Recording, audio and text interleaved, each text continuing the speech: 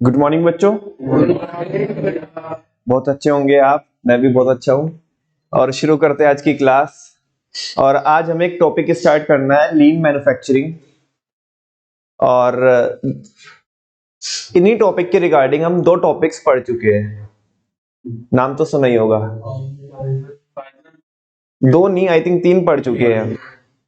एक तो JIT बोले तो जस्ट इन कंट्रोल, दूसरा ABC एनालिसिस बोले तो ऑलवेज बेस्ट कंट्रोल एनालिसिस, ठीक है ना। And the third one is kaizen. और आज हमें चौथा टॉपिक स्टार्ट करना है, लीन मैन्युफैक्चरिंग, ठीक है ना। लीन मैन्युफैक्चरिंग को स्टार्ट करने से पहले मैं आपको 2 वीडियोस दिखाऊंगा जो किससे भी रिलेट करेगी, काइजन से रिलेट करेगी और लीन मैन्युफैक्चरिंग से भी रिलेट करेगी। देन हम क्या करेंगे, लीन मैन्युफैक्चरिंग स्टार्ट करेंगे और फिर देखते हैं नेक्स्ट 6 सिग्मा आज कवर कर पाते हैं कि नहीं कर पाते, ठीक है ना। चलो बच्चों,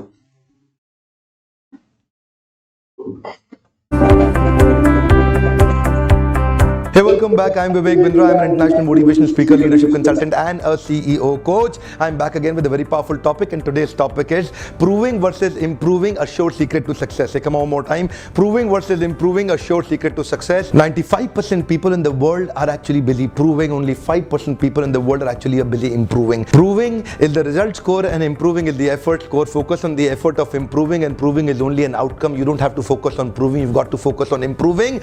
Japan एक ऐसा देश है, मैं आज जापान की कुछ बात करना चाहता हूं, which actually introduced the concept called Kaizen. Kaizen का मतलब क्या होता है? Continuous improvement. Hey, come on, continuous improvement. And my topic today is called RCI, ritualistic continuous improvement. Hey, come on, one more time. Ritualistic continuous improvement. Very powerful topic. Ritualistic continuous improvement, RCI. People become successful. It's a sure way to almost zero defect life when you focus on ritualistic continuous improvement. Japan एक ऐसा देश है जिसने Kaizen word introduce किया. Kaizen का अर्थ क्या है? Kai और Zen. Kai का मतलब है change, Zen का मतलब है for good. तो change for good. Hey, come on, Kai मतलब change and Zen मतलब good. Let me tell you something very important. Kaizen is the key to Japan's competitive success. Japan got this competitive success not only within Japan but in all over the world. Listen to me very carefully. America was busy gaining the royalty for what they were doing. America was busy gaining the royalty for what they were doing, going inside their pocket. Listen to me, what Japan was doing, gaining loyalty, not royalty. Japan was busy gaining loyalty, not the royalty. और Japan हुआ क्या, America royalty बनाता रहा, Japan loyalty बनाता रहा। आज American लोग क्या बोलते हैं? आज अमेरिकन लोग बोलते हैं अमेरिकन प्रोडक्ट अच्छा है लेकिन खरीदते जापानीज ही हैं। इतना लॉयल्टी गेन कर लिया कंटिन्यूअस इंप्रूवमेंट के द्वारा, और रॉयल्टी तो एक बाय प्रोडक्ट है, बाय प्रोडक्ट पे फोकस नहीं किया जाता।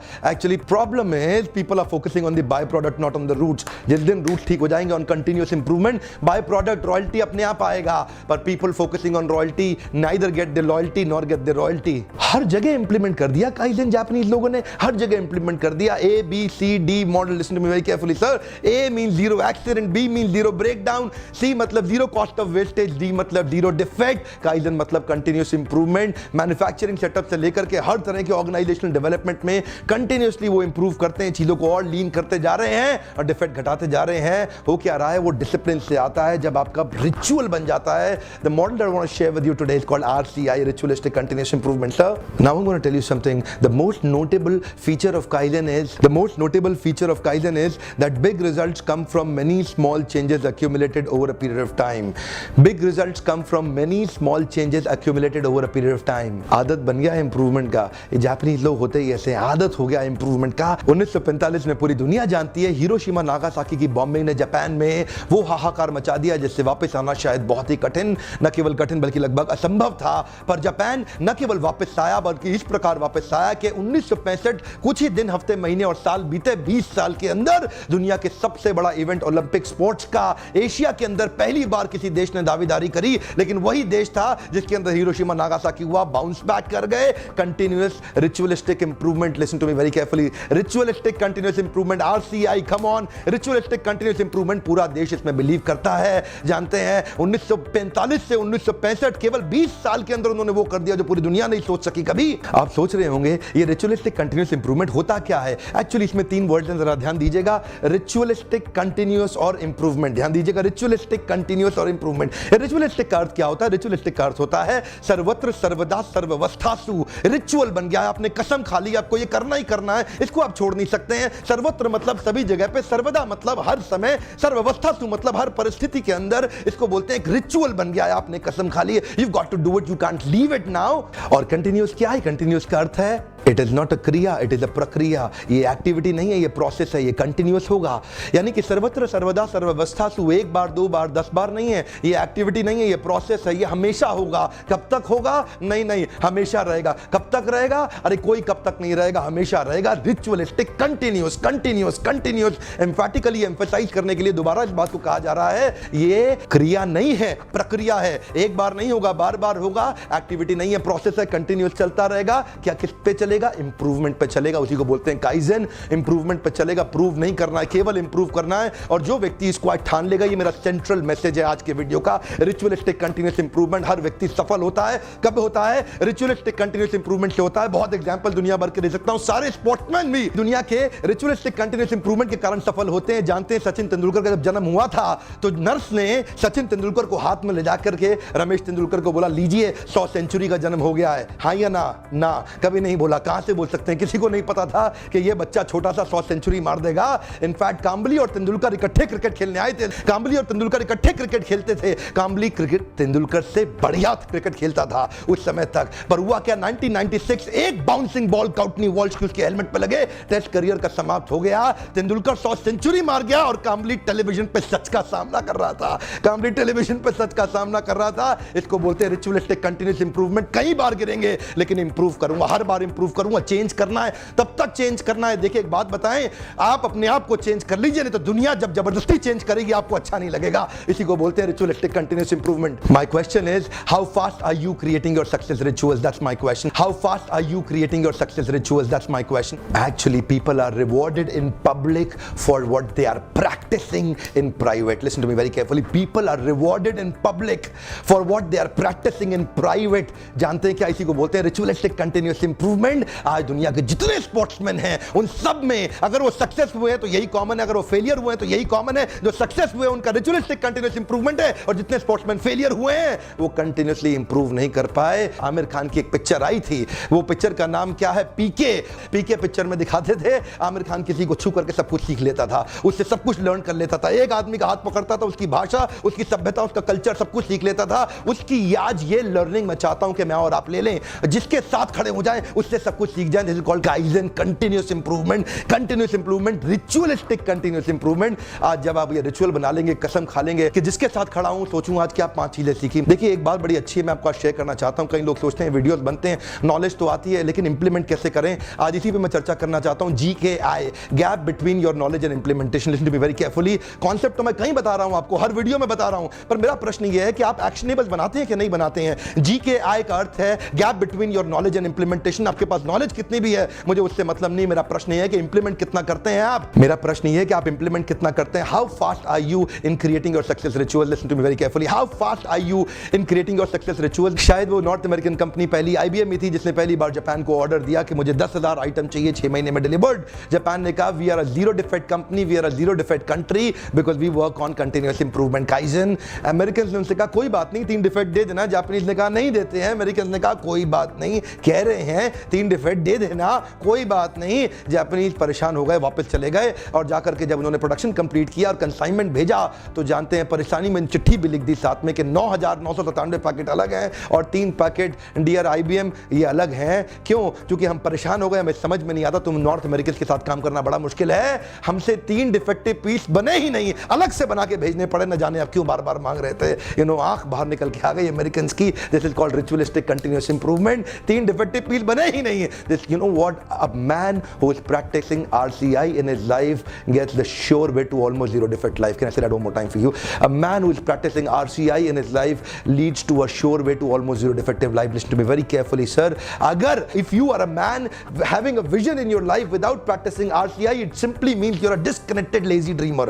Hey, come on one more time. If you're a man carrying a vision in your life Without an RCI, it simply means you're a disconnected, lazy dreamer. You know what? Improvement सबको चाहिए. बिना improvement के आप कभी grow नहीं कर पाएंगे. Either you grow or you go. Either you distinct or you extinct. You need to grow. And how would you do that? Listen to me. Some people have the disease called IKB syndrome. IKB syndrome का अर्थ है I know better syndrome. ये एक नई बीमारी आ गई है. I know better syndrome. मैं सब जानता हूँ. मैं सब जानता हूँ. The day you think that you know it all, that day is called death of your growth. The day you think you know it all, that day is called death of your growth. That's my central message. RCI, ritualistic continuous improvement. Finally लिखिए कि वो कौन से आपके success rituals हैं. 3 आज मैं चाहता हूं खत्म कर दूं नॉलेज और इंप्लीमेंटेशन के गैप को. अगर आप आज लिख लें कि वो कौन से 3 सक्सेस रिचुअल्स हैं, आपके जीवन में उतारते ही आपके जीवन में परिवर्तन आ जाएगा. क्या आपके पास 3 सक्सेस रिचुअल्स हैं? अगर नहीं है तो आज ही बनाइए. लिखिए 1, 2 and 3. वो क्या 3 सक्सेस रिचुअल्स हैं जो अगर आप रोज करेंगे और अपने अंदर कंटिन्यूस इंप्रूवमेंट लाएंगे तो आप आगे बढ़ जाएंगे. आपको इंप्रूवमेंट तो लाना ही पड़ेगा. अगर आप वही करते रहे जो करते आ रहे थे तो मैं कसम खा के कहता हूं आपको वो भी नहीं मिलेगा जो मिलता आ रहा था. आपके लिए बहुत इंपॉर्टेंट यह है कंटिन्यूस इंप्रूवमेंट कैसे आएगा. By 3 success rituals. आपके 3 सक्सेस रिचुअल इस वीडियो के बाद मैं चाहता हूं आप लिखें. आपने लाइफ में वो शिफ्ट लेके आए, वो चेंज लेके आए कि वो लाते ही आपके लाइफ में चेंज हो जाए. वो क्या 3 चीजें आप चेंज करना चाहते हैं फॉर योर इंप्रूवमेंट. लिखिए, अभी लिखिए 3 सक्सेस रिचुअल्स. शुभ से शीघ्रम. अभी लिखिए वो क्या 3 सक्सेस रिचुअल्स हैं आपके कमेंट बॉक्स के अंदर. लिखिए, अभी नहीं तो कभी नहीं.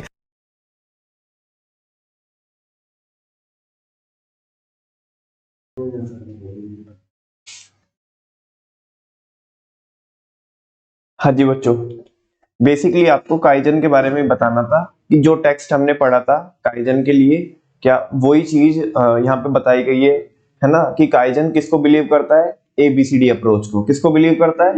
ABCD अप्रोच को. ABCD बोले तो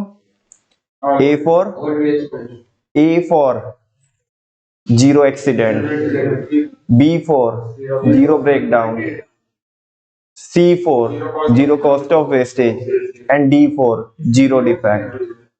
और ये कंटिन्यूस इंप्रूवमेंट की बात करती है काइजन. किसकी बात करती है? कि छोटे छोटे मार्जिनल चेंजेस एक दिन होकर के बहुत बड़े हो जाते हैं. ठीक है, इसी के साथ बच्चों शुरू करते हैं. ये तो मैं आपको बता चुका काइजन के बारे में. अब बात करते हैं किसकी? लीन मैन्युफैक्चरिंग की. देन सबसे लास्ट में बात करेंगे 6 सिग्मा की. ठीक है ना बच्चों. लीन मैन्युफैक्चरिंग नाम से डिफाइंड है. लीन का मतलब होता है किसी चीज को कम करना. ठीक है ना. एक चीज तो होती है कि किसी चीज को बढ़ा चढ़ाना, एक होता है कि किसी चीज को कम करते जाना. तो ये है कि मैन्युफैक्चरिंग में अपने को जो वेस्टेज होती है ना उसको लीन करना है. क्या करना है? इसी को बोलते हैं लीन मैन्युफैक्चरिंग. क्या बोलते हैं? लीन मैन्युफैक्चरिंग. ये एक ऐसा मेथड है, एक ऐसी टेक्निक है, एक ऐसी स्ट्रैटेजी है. Lean manufacturing is a systematic method. ये एक ऐसा सिस्टमैटिक मेथड है टू एलिमिनेट वेस्ट. जो किसको एलिमिनेट करने की बात करता है? ये रिड्यूस करने की बात नहीं करता है, ये एलिमिनेट ही करने की बात करता है. कि जो जितने भी वेस्ट होते हैं ना मैन्युफैक्चरिंग में उन सबको एलिमिनेट करने की बात करता है with in a manufacturing system without sacrificing productivity. बात अभी पूरी होती है कि वेस्ट को तो हमें क्या करना है? एलिमिनेट करना है, बट हमारी प्रोडक्टिविटी कॉम्प्रोमाइज नहीं होनी चाहिए. अपनी फुल प्रोडक्टिविटी को अचीव करते हुए हमें क्या करना है? वेस्ट को क्या करना है? एलिमिनेट करना है. और इस अप्रोच को, इस स्ट्रैटेजी को, इस टेक्निक को ही बोलते हैं लीन मैन्युफैक्चरिंग. और ये मेनली ये जो टेक्निक लगाने की बात हो रही है ये प्रोडक्शन प्रोसेस में हो रही है. किस में हो रही है? So that value can be improved for the customer. ताकि हम कस्टमर के लिए क्या कर सके? वैल्यू इंप्रूव कर सके, वैल्यू जनरेट कर सके. Waste means work that doesn't add value and is not necessary. कह रहे कि वेस्ट क्या है? वेस्ट हर एक वो चीज वेस्ट है, हर एक वो चीज वेस्ट है जो आपके प्रोडक्ट में या आपके कस्टमर के लिए वैल्यू ऐड ऑन नहीं कर रही है. हर एक वो चीज क्या है? वेस्ट है और वो जरूरी नहीं है. ठीक है ना. मतलब अगर लेट सपोज कोई चीज है वो हमने अपने कस्टमर को प्रोवाइड कराई, तो उसके होने मतलब प्रोवाइड करने से भी ऐसा कोई फर्क नहीं पड़ा. तो हर एक वो चीज, जो भी कोई भी ऐसी चीज है वो क्या है? वेस्ट है.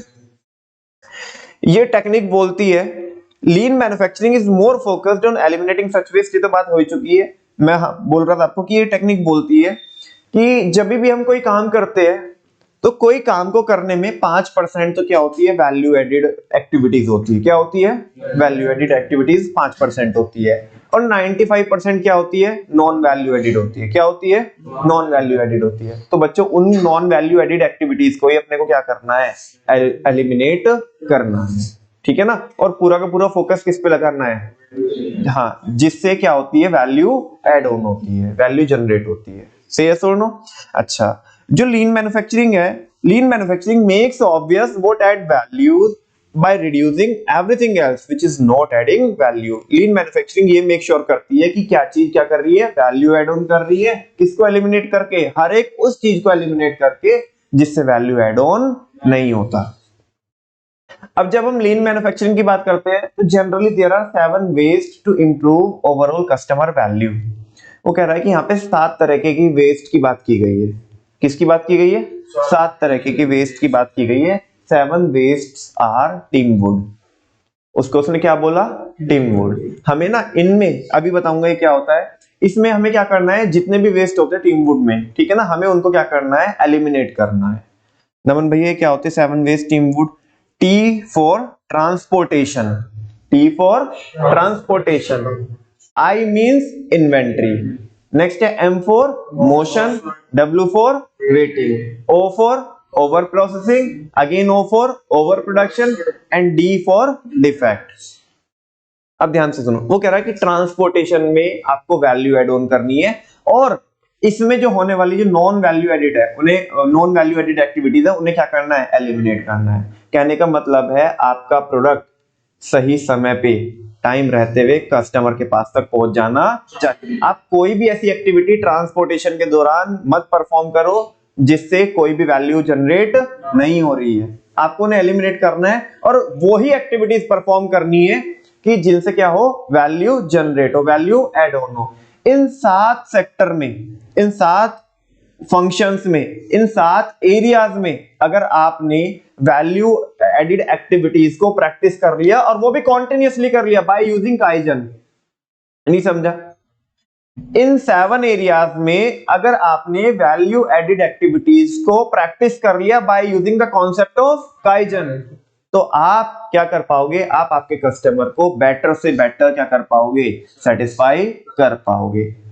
क्योंकि ट्रांसपोर्टेशन में वेस्ट करने की बात कम करने की, कम क्या, खत्म करने की बात की जा रही है यहाँ पे। दूसरा आई मींस इन्वेंट्री, ये तो सब कुछ पढ़ ही दे हम किसके लिए, इन्वेंट्री के लिए। हमें इन्वेंट्री को क्या करना है, मैनेज करना है।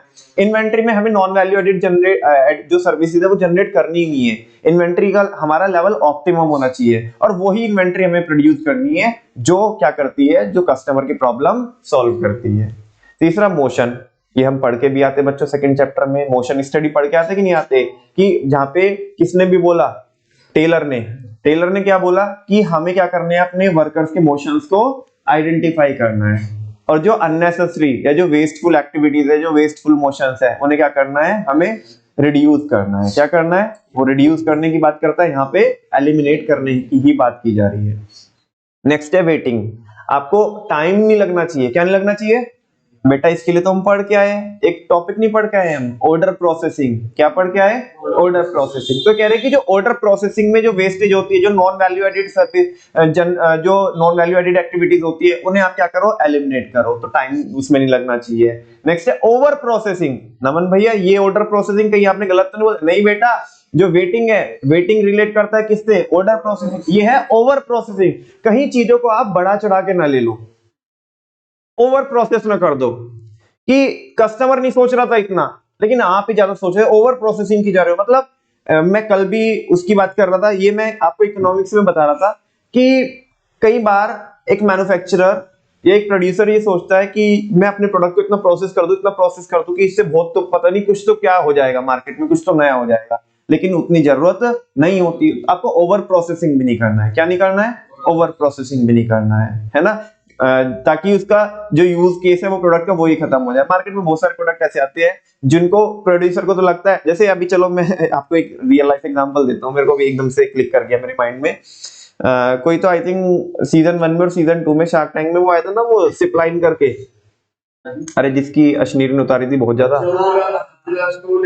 ठीक है ना, हाँ वो कि वो सिप पर नहीं, आप पता नहीं कुछ तो उसका ग्लास का कोई तो साइड वो जो लोग ऐसे ड्रिंक वगैरह लेते तो उसके लिए उसने वो बनाया था, है ना। तो वो अशनीर ने क्या बोला था, मतलब मैं देखो मैं अदरवाइज नहीं बोल रहा हूँ ना, तो मैं उस बंदे को कुछ उल्टा सीधा बोल रहा हूँ, मैं जस्ट आपको एक एग्जांपल दे रहा हूँ कि कई बार हमें ऐसा लगता है कि यार हमारा प्रोडक्ट पता नहीं क्या तो मार्केट की प्रॉब्लम सॉल्व कर देगा, लेकिन सामने अब वो बोल रहा है कि भगवान उठा ले मुझे जिंदगी में ऐसा प्रोडक्ट देखना ना पड़े, कितना वाहियात प्रोडक्ट है, मतलब तुम बहुत ज्यादा पीते हो क्या, इस तरह के कुछ अश्लील के क्या थे शब्द थे, ठीक है ना।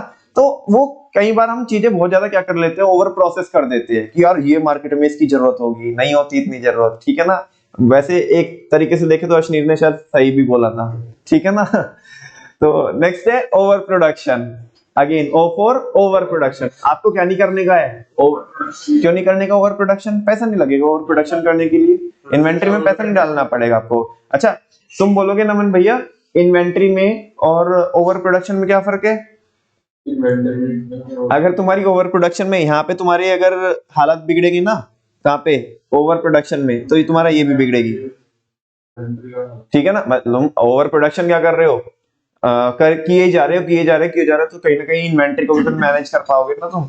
और लास्ट है बच्चों डिफेक्ट, ठीक है ना, आपको जो डिफेक्ट में होने वाली जो नॉन वैल्यू एडिड एक्टिविटीज है उनको क्या करना है, एलिमिनेट करना, मतलब आपको जो प्रोडक्ट बनाना है वो एक्यूरेट बनाना है, डिफेक्ट के चांसेस क्या हो, अभी दिखाया था ना आपको मैंने, जापानीज क्या करते हैं उनकी ना मतलब ना के बराबर मिस्टेक, उधर उन्होंने आईबीएम को सप्लाई की तो तीन पैक उनका 3 यूनिट का पार्सल अलग बना के भेजा, कंसाइनमेंट अलग भेजा, उसके बाद कि देखो हमारे से तो गलत बने नहीं लेकिन तुम मांग रहे थे तो अलग से लो, बात समझ में आ रही है ना। तो वो जीरो डिफेक्ट की बात की जा रही है, ठीक है ना। तो ये 7 एरियाज में अगर आपने वैल्यू एडिड एक्टिविटीज को प्रैक्टिस कर लिया तो कहते हैं कि आप कस्टमर को सेटिस्फाई कर पाओगे, इन्वेंट्री मैनेज कर पाओगे, इवन आपकी प्रोसेसेस आपके फंक्शंस क्या हो जाएंगे, बहुत ज्यादा एफिशिएंट हो जाएंगे, ठीक है ना।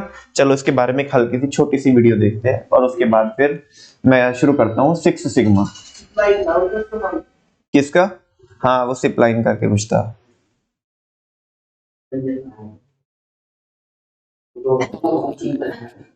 So what is sleep?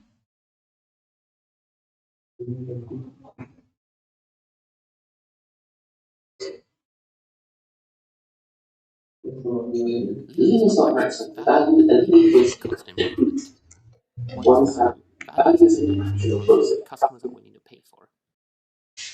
What is waste? Waste is anything that does not receive value to the product. There are three main waste categories known in Japanese as Muda, with no values added to the product. Mura, product quality inconsistent, and Muri, where resources overstretch plant facilities or plant.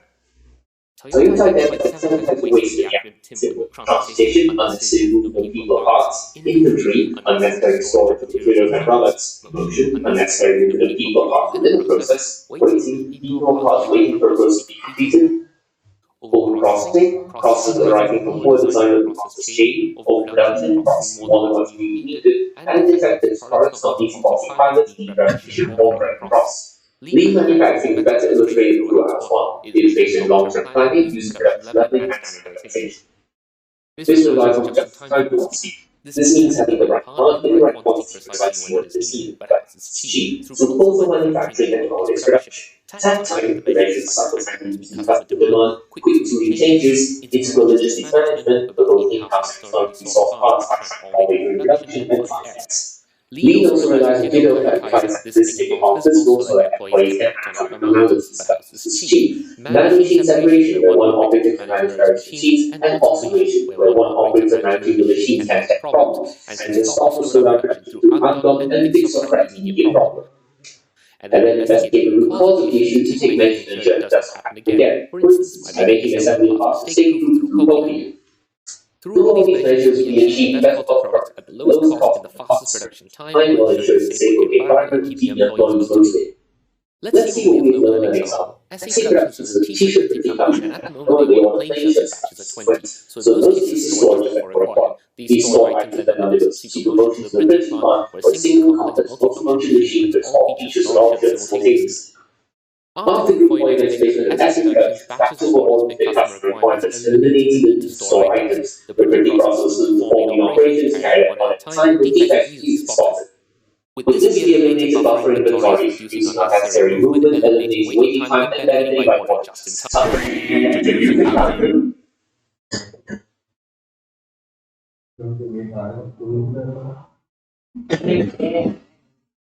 बच्चे कह रहे भैया इससे गंदी video आपने आज तक नहीं दिखाई।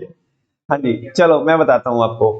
जो ऑलरेडी मैंने बताया इसने वही बोला है ना, भले ही उसका एक्सेंट अलग हो, लेकिन उसने क्या बोला कि आप ना अगर आप लीन मैन्युफैक्चरिंग को प्रैक्टिस करना चाहते हो तो बच्चों आपको काइजन को भी प्रैक्टिस करना पड़ेगा, जेआईटी को भी क्या करना पड़ेगा, प्रैक्टिस करना पड़ेगा, और भी काफी सारी कुछ आपको वो इसलिए भी समझ में नहीं आई क्योंकि उसमें कुछ और टेक्निक्स की बात की गई थी, उसने पोकायोके की बात की, टीक्यूएम की बात की, है ना। अल्टीमेटली क्या है कि ये जो सारी टेक्निक्स है ना, ये सारी टेक्निक्स प्रोसेस इंप्रूवमेंट करने की बात करती है। किसकी बात करती है? जो हमारी प्रोसेसेस है उनको इंप्रूवमेंट करने की बात करती है, उनमें इंप्रूवमेंट लाने की बात करती है। से यस और नो? अल्टीमेटली आपको मतलब क्या पता होना चाहिए कि लीन मैन्युफैक्चरिंग क्या होता है। लीन मैन्युफैक्चरिंग में जब हम वो टेक्निक सजेस्ट करती है कि जब हम प्रोडक्शन करते हैं तो प्रोडक्शन करते वक्त हमारे को कितने वेस्ट लगते हैं? 7 टाइप्स ऑफ वेस्ट लगते हैं, जिसको हम टिम्बुड बोलते हैं। Transportation, inventory, M4 motion, W4 waiting, O4 over processing, again O4 over production and D4 defect. तो हमें ना इनमें होने वाली जो नॉन वैल्यू एडेड एक्टिविटीज है उनको क्या करना है? एलिमिनेट करना है। एंड किसको अडॉप्ट करना है? हमें किसको प्रैक्टिस करना है? जो वैल्यू एडेड एक्टिविटीज होती है। और इस ये टेक्निक ऐसा बोलते हैं कि 95% एक्टिविटीज क्या होती है? नॉन वैल्यू एडेड होती है, और बाकी 5% क्या होती है? वैल्यू एडेड होती है। देखो बच्चों, कई बार क्या होता है, जैसे मैं आपको बताऊं, मान लिया आप लोग इधर आते हो, ठीक है ना, अभी मैं सेटअप स्टार्ट करूंगा, तुम इधर बैठे हो, ठीक है ना, फिर मैं ये पूरा करके फिर मैं चालू करूंगा, है ना। तुम्हारे लिए तो वो क्या ही है? नॉन वैल्यू एडेड है। क्या है? नॉन वैल्यू एडेड है। से यस और नो? तो बस उसी को क्या करने की बात की गई है? एलिमिनेट करने की बात की गई है, ठीक है ना। अब मान लिया जैसे बच्चे लोग, आप उधर से आते हो और घर पे जाते हो, ठीक है ना, मान लिया आप 2 घंटे के बैच के लिए आए, लेकिन आपको ये सारे कार्यक्रम में लगेगा कितना? 3 घंटा। कितना लगेगा? अच्छा, 3 घंटा, 2 घंटे का तो बैच ही था, और लगा तुमको कितना? 3 घंटा। से यस और नो? और उन 2 घंटे में भी जो इफेक्टिवली जो आउटपुट आया है ना, वो कितने का आया? समथिंग अराउंड कि आपका बेसिकली अगर ऐसा बोले तो हम लगभग 1.5 घंटे के आसपास, है ना, 90 to 100 मिनट्स का क्या आया? आउटपुट आया। तो बाकी तो, और जबकि टाइम कितना लगा? 180 मिनट लगी तुम्हें सारा, है ना। तो तुम देखो, तुम मोटे मोटे तौर पे देखोगे तो बाकी तो क्या होगी? अभी अदिति की बात करोगे तो अदिति को और शायद उससे भी ज्यादा क्या लग सकता है? टाइम लग सकता है। तो बाकी तो क्या है? नॉन वैल्यू एडेड हुई। क्या हुई? लेकिन बच्चों कुछ नॉन वैल्यू एडेड ऐसी होती है कि उनको परफॉर्म करना जरूरी होता है, ठीक है ना, अदरवाइज वो हम आउटपुट भी नहीं ले पाएंगे, है ना। लेकिन इसमें से जितना हम क्या कर सकते हैं, जितना रिड्यूस कर सकते हैं उतना करने की बात की गई है, ठीक है ना। बात समझ में आती है आपको? कितनी टेक्निक्स पढ़ी जब अभी तक हमने? जल्दी से बताना एक बार। कौन कौन? जेआईटी, एबीसी, एक तो काइजन, पाइथन। हाँ, तो पाइथन में भाई मेरे को नहीं आती पाइथन, ठीक है ना। हाँ जी, once again, JIT, ABC, kaizen, lean manufacturing, 4 हम पढ़ चुके हैं, ठीक है ना। और बच्चों इसी के साथ शुरुआत करते हैं किसकी? 6 सिग्मा की। बहुत इंटरेस्टिंग है 6 सिग्मा। बच्चों ये कैसी टेक्निक है जो क्या बोलती है? एक बार आप अगर इस वाले बुलेट पे थोड़ा नजर डालोगे तो आपको पता पड़ेगा। मैं यहीं से चालू करता हूं इस टेक्निक के बारे में, जो बोलती है कि अगर आपने कोई एक्टिविटी को 1 मिलियन बार क्या किया? परफॉर्म किया। 1 मिलियन बोले तो 1 मिलियन बोले 10 लाख, यानी कि कोई काम को अगर आपने 10 लाख बार किया तो उसमें जो गलती है ना, जो एक्सेप्ट की जाएगी, वो 3.4 टाइम, मतलब 3.4 टाइम का मतलब है कि अगर मैं इसको राउंड ऑफ कर दूं, अगर अपर साइड पे राउंड ऑफ करता हूं तो आपने 10 लाख में से 4 बार ही मिस्टेक की हो बस। अगर तुमने किसी काम को 10 लाख बार अंजाम दिया है तो बस आपकी गलती कितनी होनी चाहिए? अपर साइड पे बोल रहा हूं, अपर साइड पे 4 बार, और लोअर साइड पे थोड़ा सेफर रहता है बोलना कि 3 बार ही आपने क्या की हो? गलती की हो। यानी कि आपके गलती होने के चांसेस क्या हो? ना के बराबर हो, बिल्कुल कम ना के बराबर हो। ये क्या बोल रहा है? अब पहला बुलेट पढ़ो तो आपको समझ में आएगा। It is a set of techniques six sigma ऐसा नहीं है कि अपने आप में कोई ये एक चीज है।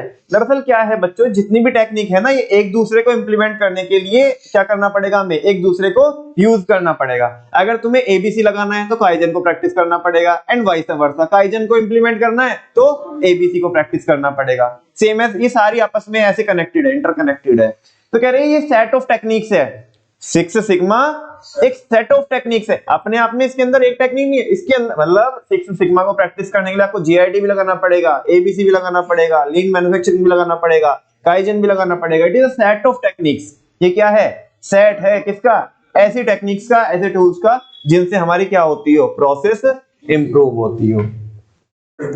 Six sigma is a quality programme. ये क्या होता है बच्चों, क्वालिटी प्रोग्राम होता है that when all is said and done, जो भी हमने कहा है वो हमने किया है, ठीक है ना। इंप्रूव द कस्टमर एक्सपीरियंस, जो साथ में किसका एक्सपीरियंस भी इंप्रूव करती है, जो प्रोसेस है कस्टमर का एक्सपीरियंस इंप्रूव करती है। लोअर द कॉस्ट, कॉस्ट को कम करती है, एंड बिल्ड बेटर लीडर्स। तुम बोलोगे नमन भैया कि बाकी सारी टेक्निक्स और इसमें क्या फर्क है, ये बहुत ज्यादा, इसका स्कोप क्या है, बहुत ज्यादा है।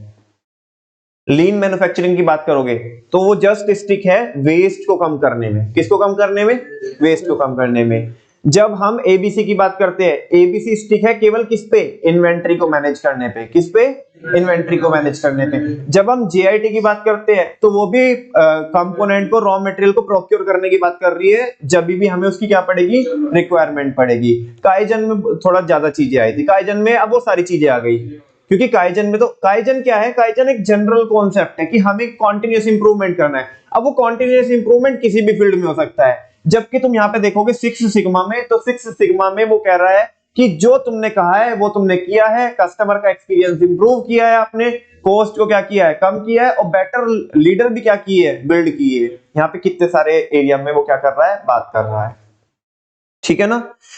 Six sigma puts the customer first.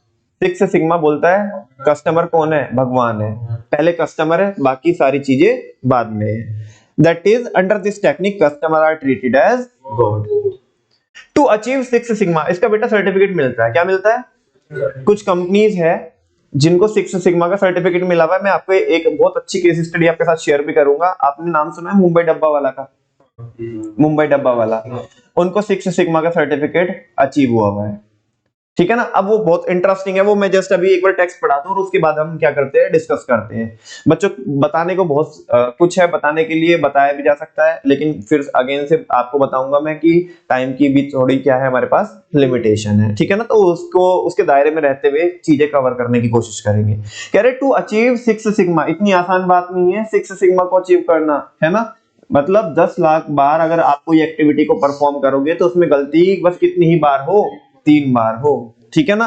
अभी मुंबई डब्बा वाला के केस में तो और भी इंटरेस्टिंग है, तुम्हें देखने में पता पड़ेगा।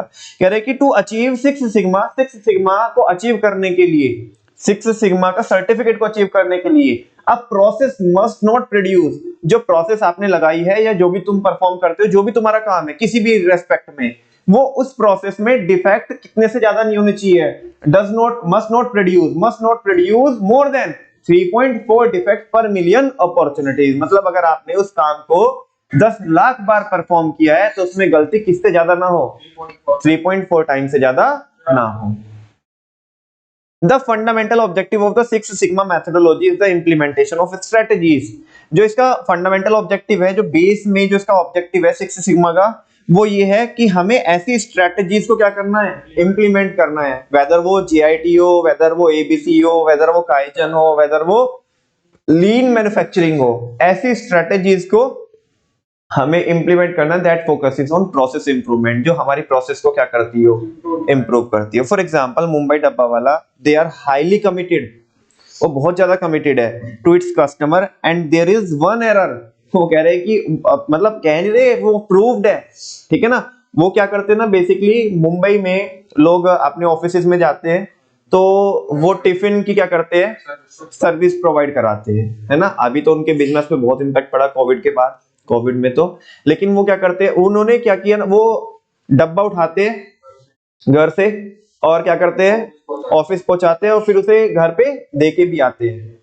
शेयर और नो, अच्छा, और उसमें वो किसी का मतलब ऐसी कोई टेक्नोलॉजी का, कोई सॉफ्टवेयर का यूज नहीं करते हैं, ठीक है ना। उनका एक अपना कोडिंग सिस्टम है, और वो क्या करते हैं, लोकल ट्रेन का क्या करते हैं, यूज करते हैं। तो तुम देखो कि मतलब उसमें ऐसा है कि कई लाख डब्बे क्या करते हैं, वो डिलीवर करते हैं महीने में, ठीक है ना। तो उसमें अभी तुम देखो कि डब्बा बना के किसी ने भेजा है और वो पहुंच किसी के और के पास जाए, है ना, दिमाग खराब हो जाएगा कि नहीं। लेट्स सपोज आज हमारे डब्बे में कुछ तो इंटरेस्टिंग आने वाला था, कुछ तो पसंद का आने वाला था, क्या पता। हाँ जी, लेकिन अगर वो डब्बा सुनो ना, हमारे पास आते आते हमारे पास ना आया, और सारे बच्चों को पता फाइनेंस में एक चीज बोली जाती है कि प्रॉफिट के लिए बोलते हैं कि पैसे का ना आना भी पैसे का जाने। तो भाई डिब्बा हमारा नहीं आया, तो डिब्बा नहीं आया तो किसी और के पास नुकसान तो हुआ है। ऐसे में बताओ कोई हमें फिर आगे से मौका देगा क्या, अगर हम वो सप्लाई करते हैं, सर्विसेज देते हैं, नहीं। तो वो बोल रहे हैं कि वो अपने कस्टमर के लिए क्या है, कमिटेड है, ठीक है ना।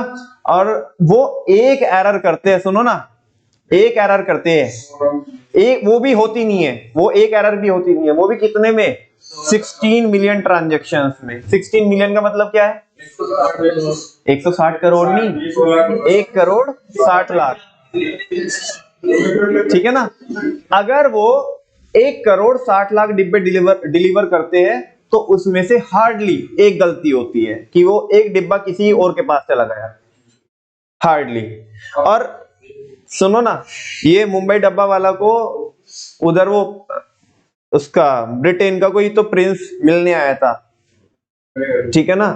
तो इन्होंने बोला कि नहीं, हम नहीं आ रहे मिलने, हमारे लिए पहले कौन है, हमारा कस्टमर है, तुम्हें मिलना तो हम उधर रोड साइड मिलेंगे, फुटपाथ पे मिलेंगे, उधर ही आ जाना। उधर ही बुला लिया था उसको, रोड पे बुला लिया था उसको, बिल्कुल। इनसे वो इनको देखने के लिए, इनको मिलने के लिए कि भाई ये करते क्या है, करते कैसे है, कि जो 16 मिलियन में इनकी हार्डली एक गलती भी नहीं होती है, ये करते कैसे है, वो चीज समझने के लिए बड़े बड़े लोगों ने इन पे क्या की है, केस स्टडी बनाई है, इनको समझने की कोशिश की है सिस्टम को, ठीक है ना। और इनको किसका सर्टिफिकेट मिला है, सिक्स सिग्मा को। बड़ी बड़ी कंपनी जो फॉर्च्यून 500 कंपनीज होती है, वो ये सर्टिफिकेट लेने के लिए मरती है, पता नहीं क्या क्या तो करती नहीं है, ठीक है ना। और लेकिन ये वो कह रहे कि हम हमारा कोई, हमें वो सर्टिफिकेट मिल जाएगा तो हमें क्या फर्क पड़ेगा, हमारे तो कस्टमर को क्या करना है, डिब्बा पहुंचाना ही है, टाइम से पहुंचाना है।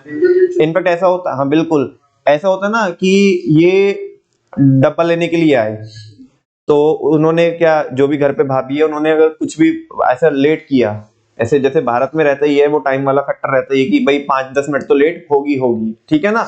तो अगर वो ऐसा होता ना, उनको जाके पहले दिन, अगर पहले दिन गया तो पहले दिन बोलते थे, देखो भाभी ठीक है, आज हमने ठीक है, आज हमने कॉम्प्रोमाइज कर लिया, लेकिन कल से हम आपको नॉक करेंगे, और अगर आपने टाइम से डिब्बा नहीं दिया तो हम चले जाएंगे, हम लेके, बिकॉज लोकल ट्रेन का टाइम है। बाकी अगर एक एक बंदा ऐसे ऐसे लेट करेगा तो किसी के भी डब्बे नहीं पहुंच पाएंगे, शाम को आके घर पे खाना मिलेगा।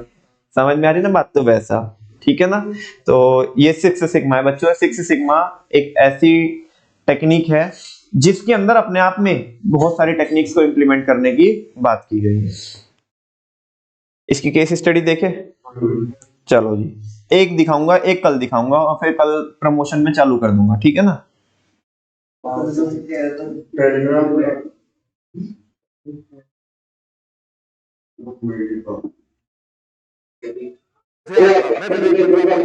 एक काम करता हूँ, पहले दूसरे वाले दिखाता हूँ, ये बहुत बड़ी है, इसमें टाइम लग जाएगा।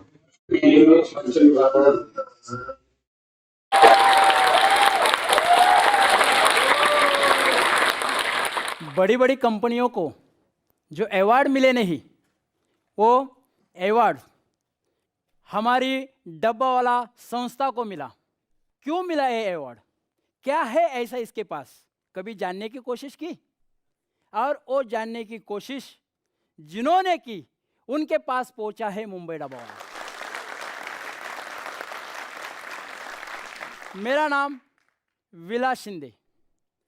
97 में मैं मुंबई में आया, उसके बाद चालू हुई मेरी काम करने की जो स्थिति है वो, और जगह पे मैं काम किया, 3 साल उसमें काम किया। मेरा जो बेसिक था स्कूल का वो सब मैं दिया, और जगह पे काम करने के बावजूद भी मुझे वो सुकून मिलता ही नहीं। पगार मिलता था, पैसा मिलता था, लेकिन जो खुशियाँ मिलनी चाहिए थी वो नहीं मिली। तभी मैं संप्रदाय के हिसाब से एक प्रोग्राम में गया जहाँ भजन कीर्तन होता था। वहाँ मुंबई के बहुत सारे डब्बे वाले मुझे मिले, और उन्होंने मुझे बोला कि आपको तो भजन कीर्तन अच्छा आता है, आप डब्बे में काम करने के लिए आ जाइए। तो मैंने वो टाइम में उनको बोला कि मेरी पढ़ाई तो बहुत कम है। वो बोले कितना तक आप पढ़े हो? मैं बोला मैं सिर्फ 8वीं तक पढ़ा हूँ। क्या बोला? मैं सिर्फ 8वीं तक। वो बोले 8वीं, ये तो बहुत हुई, हम लोग पहली दूसरी पढ़े लिखे हैं। और आप मानोगे नहीं, 70% लोग 4वीं तक पढ़े हैं, बाकी तो कुछ थम्सअप है। और वो लोग जब मुझे मिले तो मैं बोला ठीक है, अगर ऐसा है तो मैं आ जाता हूँ। और उसके बाद 2000 में मेरे मुकादम थे शंकर दैनिया और दशरथ पारदी। उन्होंने मुझे 6 दिन ये डब्बे का पूरा सिस्टम सिखाया, वो कोडिंग सिस्टम सिखाया। 6 दिन मुझे वो काम पे लगे। और प्रिय ग्राहक जनों, मैं 2000 में एक परफेक्ट मुंबई का डब्बा वाला बन गया। बिल्कुल बिल्कुल ये वाइट ड्रेस और वाइट काम, सिर्फ टोपी नहीं, लेकिन टोपी का जो महत्व है, जो काम का महत्व है, ये मेरा शुरू हुआ 2000 से। और हमारी संस्था जिसको अभी 127 साल पूरा हुआ है, 6 सिग्मा जैसे अवार्ड इसके पास आए हैं। हम सिर्फ काम करते गए और काम करते गए और अवार्ड अपने आप आते गए। जो इंसान अवार्ड पाने के लिए काम करते हैं, शायद उनको अवार्ड मिलता है या नहीं मिलता है, मुझे मालूम नहीं। लेकिन जो काम करता है और काम के प्रति निष्ठा रखता है, प्रेम रखता है, सद्भावना रखता है, जुनून रखता है, लक्ष्य को प्राप्त करने का उसके पास हौसला होता है, मैं समझता हूं 6 सिग्मा जैसे अवार्ड उनको ढूंढते ढूंढते उनके पास पहुंच जाते हैं।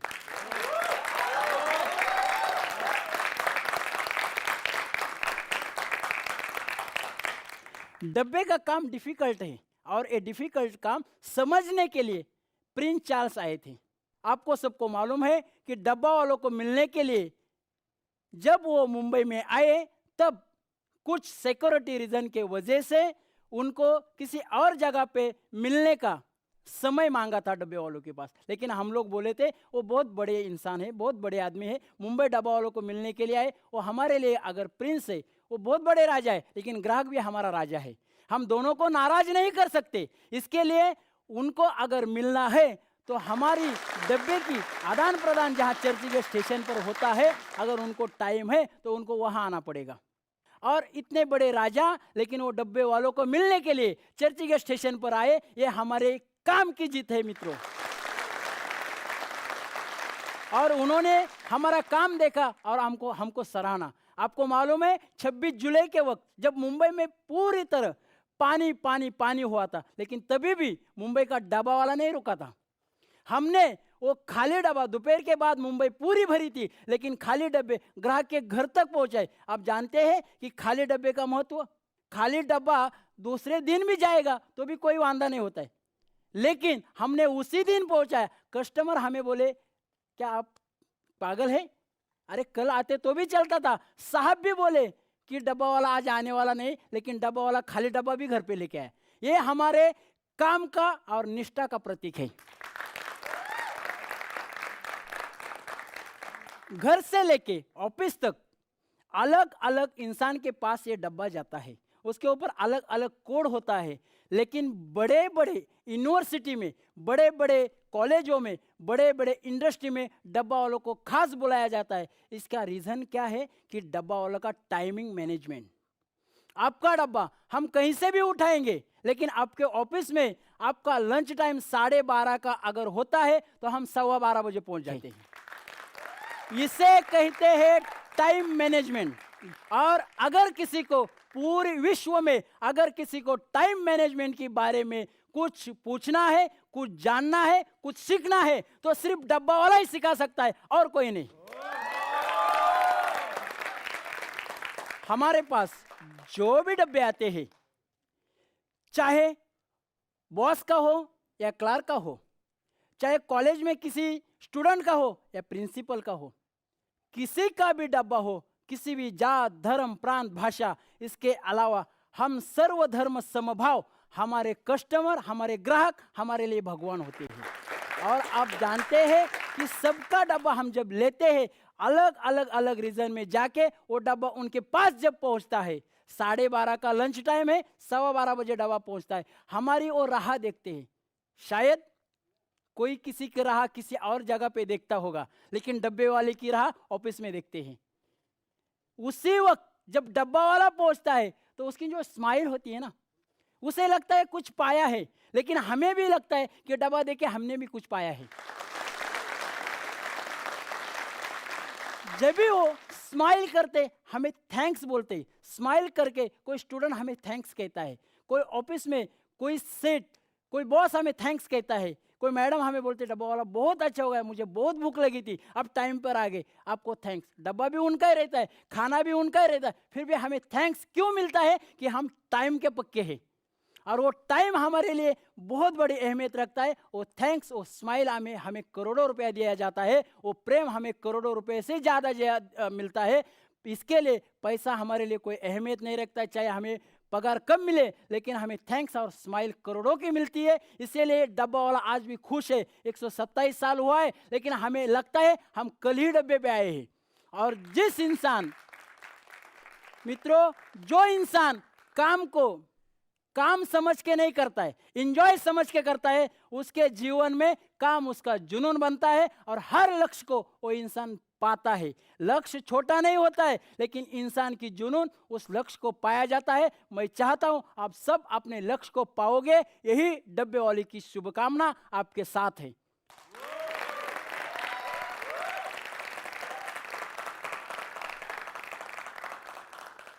वैसा देखा जाएगा तो डब्बे वाले का जीवन आप सबको मालूम है कि एक संकोचित है, मुंबई डब्बा वाला, लेकिन इसका लक्ष्य बहुत बड़ा है।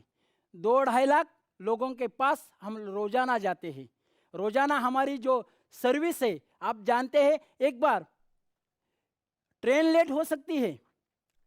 मुंबई में ट्रैफिक बहुत है, आप तो जानते हैं, हम ज़्यादा से ज़्यादा लोग साइकिल पे काम करते हैं। इसका रीज़न है मुंबई की ट्रैफिक।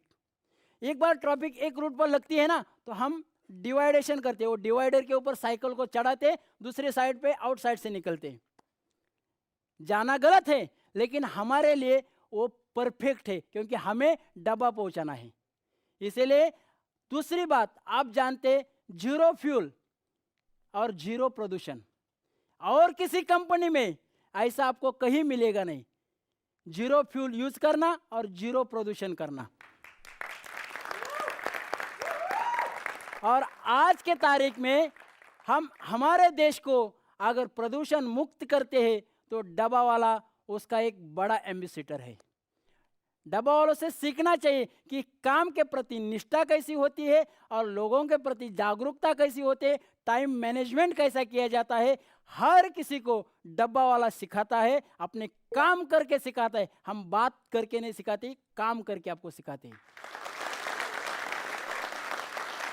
जब भी मुंबई में कोई भी, जब भी वो प्रॉब्लम हुआ था 26 जुलाई का, तभी डब्बा वालों ने जो काम किया, उसको बाकायदा लेटर दिया था प्रिंस चार्ल्स ने कि थैंक्स, आपने इतनी बड़ी मुसीबत में भी अच्छा सर्विस किया। बाकी सब लोगों की सर्विस ठप हो गई थी, आपको तो सब मालूम है, लेकिन डब्बा वालों की सर्विस परफेक्ट थी। और आज के तारीख में भी सिर्फ डब्बा वालों की सर्विस परफेक्ट है। 127 साल का इतिहास आप जानिए, किसी की सर्विस इतनी परफेक्ट नहीं होगी जितनी डब्बा वालों की है।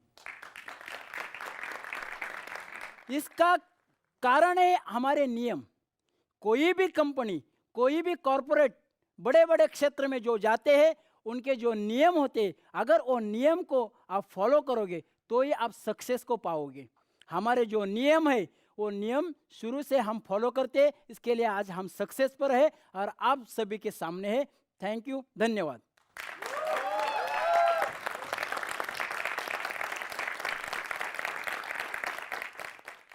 मेरी कहानी अच्छी लगी तो YouTube पर जुड़िए, जो स्टॉक्स पर आप कमेंट कीजिए।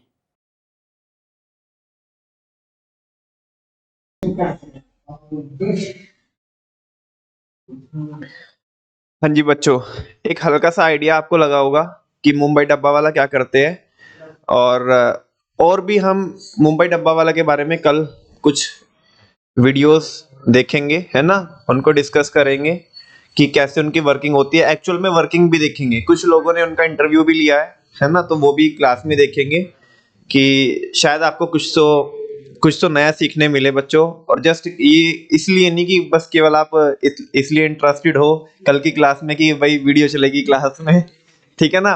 मेरा मोटिव प्योर ये है कि कुछ तो आप यार इनसे सीख के जाए, है ना। एटलीस्ट काइजन मार्जिनल इंप्रूवमेंट की बात करता है, तो एक चीज तो जरूर आप सीख के जाए इनसे, है ना। और आप उसको अपनी लाइफ में क्या करें, प्रैक्टिस करें। थैंक यू वेरी मच बच्चों। इसके बाद इकोनॉमिक्स पढ़ते हैं, ठीक है।